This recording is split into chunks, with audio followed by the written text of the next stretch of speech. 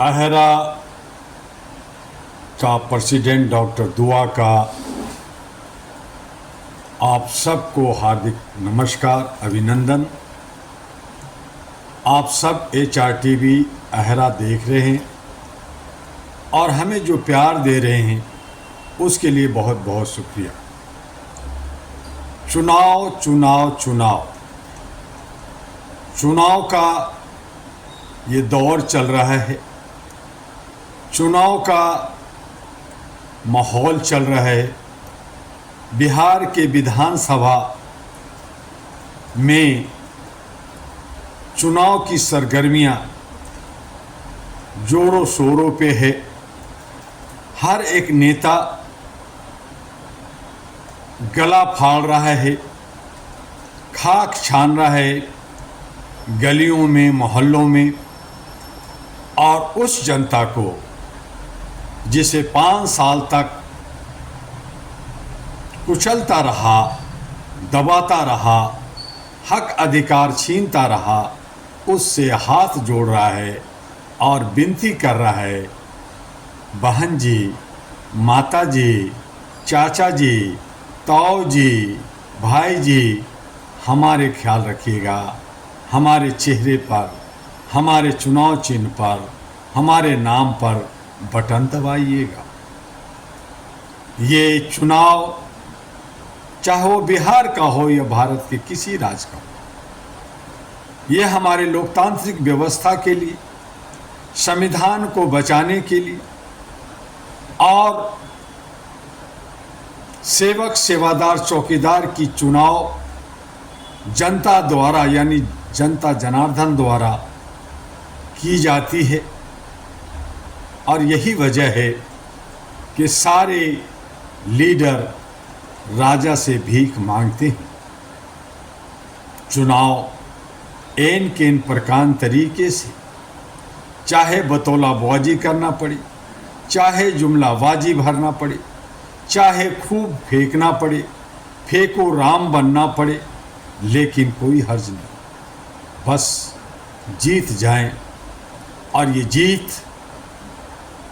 100% लोगों के द्वारा नहीं होता, मुश्किल से 20 से 25%, बहुत ज़्यादा से ज़्यादा अगर किसी क्षेत्र में देखें तो 30% से ज़्यादा कोई आगे नहीं होता। यानी कोई भी लीडर, कोई भी जनप्रतिनिधि, कोई भी सेवक सेवादार 30% के मत से होता है, उसके विपक्ष में, उसके विरोध में 70% कम से कम नहीं बल्कि ज़्यादा से ज़्यादा 80% के आसपास विरोध में होते हैं। फिर भी विरोधियों का कोई इज्जत नहीं होता, उसकी मान नहीं होता।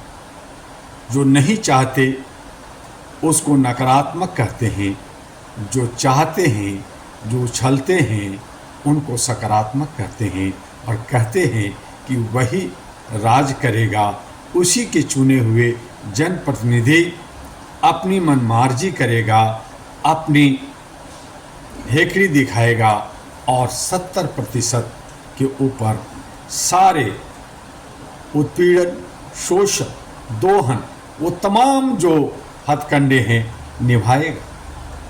चीखते हैं, चिल्लाते हैं लोग 5 साल तक कि मेरा प्रधानमंत्री, मेरा मुख्यमंत्री। सच्चाई ये है कि जनता प्रधानमंत्री को नहीं चुनता, मुख्यमंत्री को नहीं चुनता, वो अपने जनप्रतिनिधि को चुनता है। अपने जनप्रतिनिधि से सवाल नहीं करता, अपने जनप्रतिनिधि को नहीं घेरता, अपने जनप्रतिनिधि को बार बार गुंडा हो, बदमाश हो, लुटेरा हो, झूठा हो, मक्कार हो, बलात्कारी हो, उसी को वोट देता है। उसे बदलने की ज़रूरत है, कॉरपोरेट पार्टियों को भगाने की ज़रूरत है, पारिवारिक पार्टियों को, लोक लुभावना करने वाले लोगों को हराने की ज़रूरत है।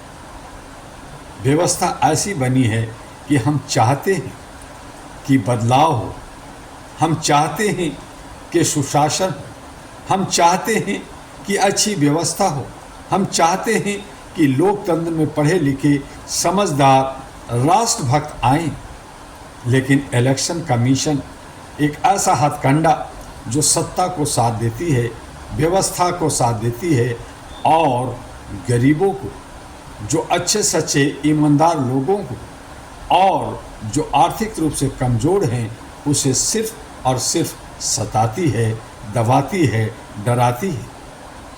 आइए इस चुनाव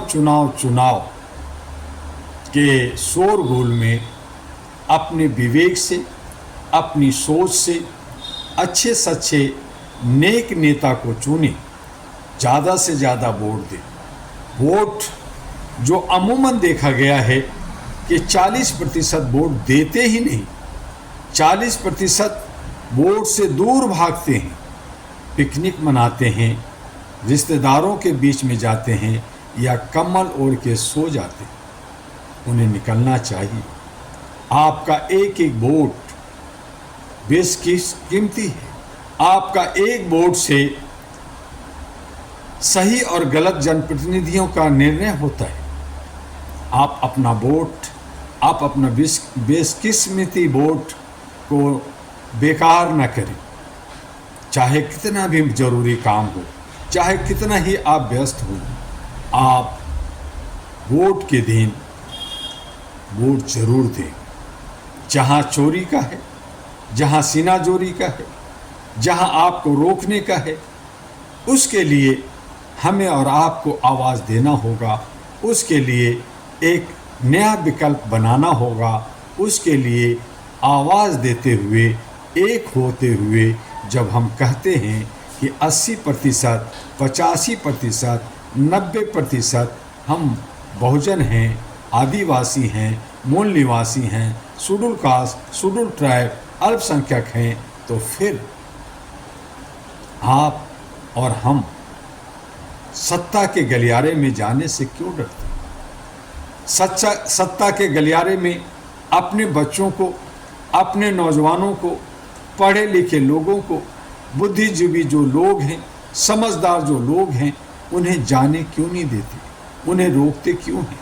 बाबूजी, सर, साहब, लाड साहब का आप जब तक विरोध नहीं करेंगे, आप उनके चरणों में रहेंगे, आप उनको हाथ जोड़ते रहेंगे, माय लॉर्ड, लॉर्डशिप कहते रहेंगे, आप गुलाम रहेंगे। आपकी गुलामी से निजात दिलाने का कोई और नहीं आएगा, खुद हाथ पांव मारना होगा। जैसे कोई पक्षी अगर जाल में फंसता है तो अपना जुगाड़ लगाता है, अपना पैर पांव पंख फैलाता है, फड़फड़ाता है, निकलने की कोशिश करता है। आपको भी स्वयं इन मकड़जाल, इन सारे चक्रव्यूह को तोड़ कर करके एक सही व्यवस्था, जो लोकतांत्रिक व्यवस्था, जो सेकुलर व्यवस्था, जो संविधान की व्यवस्था बनानी होगी। कोई नहीं आता। हम इसी उम्मीद में रहते हैं। ये सब चतुर लोग, चालाक लोग, ये सब सामंतवादी लोग आपको हमारे बीच में कहते हैं कि एक युग आएगा, एक नया भगवान आएगा, वो बदलेगा, और वो इसी का फ़ायदा उठाकर अपना उल्लू सुविधा करते रहते हैं। और हम और आप विश्वास में, उम्मीद में, आस में बैठे रहते हैं कि भगवान आएंगे, कल की भगवान आएंगे, कोई और आएंगे, कोई दुर्गा आएंगी, कोई कृष्ण और राम आएंगे और वो सब को ठीक कर देंगे। ये सब बाजार की बात है, ये सब एडवर्टीजमेंट की बात है, ये सब विज्ञापन की बात है। एक ले लो, एक फ्री। आपको अच्छा माल मिल रहा है, आपको सारी सुख सुविधा मिल रहा है, उसी तरह से हम फंस जाते हैं और जो कीमत में हमें एक माल या दो माल मिलता है उसको हम डबल ट्रिपल चुकाते हैं।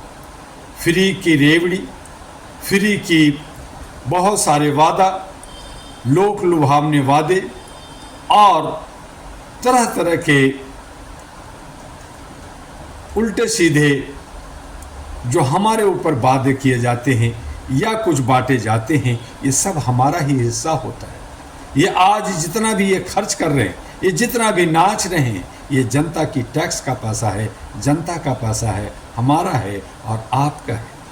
हम हमारे लेते हैं, हमसे लूटते हैं, हमारे ऊपर खर्च करते हैं और हमें खरीदते हैं, हमें भटकाते हैं। ये सोचना और समझना और चिंतन करना हमारा और आपका, हमारे समाज का दायित्व बनता है। बस मैं तो एक इशारा कर रहा हूँ, निमित्त एक सामाजिक कार्यकर्ता हूँ, मानवाधिकार के लिए काम कर रहा हूँ पिछले 40 वर्षों से, आपको जगाने के लिए, आपको बताने के लिए, आपको जागरूक करें ताकि आप अपने हक अधिकार ले सकें, आप समृद्ध बन सकें, आप जो है अपने पाँवों पे खड़ा हो सकें। और जब आप समृद्ध होंगे, आप समृद्ध हो, आप जो है पैर पे खड़ा होंगे, आप में सहिष्णुता आएगी, आप में भाईचारा आएगी, तो हमें भी शांति मिलेगा, हमें भी सुकून मिलेगा कि हम एक समाज में रहते हैं, एक परिवार में रहते हैं जहाँ किसी तरह का भय नहीं है, बल्कि प्यार ही प्यार है, प्रेम ही प्रेम है। और इस प्रेम की नगरी में का एक मैं हिस्सा हूँ, एक आप हिस्सा है। आज डर लगता है बाज़ारों में चलने से, आज डर लगता है कि मेरे बहू बेटी, मेरी बेटियां बाज़ार जाएंगी, क्या वो घर वापस आएंगी। आज हमारे छोटे छोटे बच्चे, बच्चियां तो बच्चियां, बच्चे भी क्या सकुशल बाहर से घर आ पाएंगे, घर में भी हैं तो क्या हम सुरक्षित हैं। ये सारी डर और भय के साए में जी रहे हैं। ऐसी तमाम चीज़ों को, इन तमाम बिंदुओं को आप भली भांति जानते हैं, समझते हैं, लेकिन आगे नहीं आते। इसके लिए all India human rights association आपको कहता है कि आइए मानव चैन बनाइए, आइए हम सब ह्यूमन लाइब्रेरी बनाएं, मानव लाइब्रेरी बनाएं, एक दूसरे से संवाद करें, एक दूसरे से सकारात्मक सोच रखें, एक दूसरे को साथ दें और इस तरह से अपने परिवार को, अपने समाज को, अपने देश को समृद्ध बनाएं, उन्नत बनाएं और अपने पैरों पे खड़ा होकर सारी उन तमाम हक हुकूक को प्राप्त करें।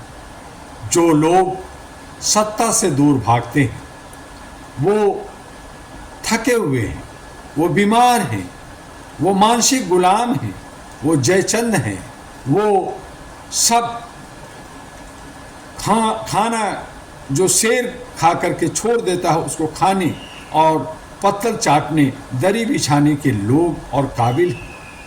हमें और आपको, अच्छे और समझदार को, पढ़े लिखे लोगों को सत्ता के गलियारे में आनी चाहिए और ज़रूर आनी चाहिए। जब तक आप सत्ते के गलियारे में नहीं जाएंगे, व्यवस्था नहीं बदलेगी, व्यवस्था नहीं बदलेगी तो हमारा हक अधिकार नहीं मिलेगा। अगर संपूर्ण आज़ादी चाहते हैं, हक अधिकार चाहते हैं, अपने वतन को उत्तम करना चाहते हैं, उज्जवल करना चाहते हैं, शान से विश्व गुरु बनना चाहते हैं, तो फिर सत्ता की गलियारों को साफ करना होगा, उसके अंदर अच्छे सच्चे लोगों की को प्रवेश कराना होगा, खुद प्रवेश होना होगा और फिर ये लोकतंत्र, खूबसूरत लोकतंत्र जो संविधान से चलेगा और सही माने में भारत का निर्माण होगा, अखंड भारत होगा। ये सारी बातों पर चिंतन मनन कीजिए और डॉक्टर दुआ के साथ आइए, आइए, फिर से मैं कह रहा हूँ कि आइए और एक मानव चैन बनाइए, आइए ह्यूमन लाइब्रेरी बनाइए, आइए सकारात्मक कामों पे आगे कदम बढ़ाइए, आइए सत्ता के गलियारे में, उसके लिए all India human rights party भी आपके लिए है, मीडिया भी आपके लिए है, सहयोगी भी लोग हैं। बस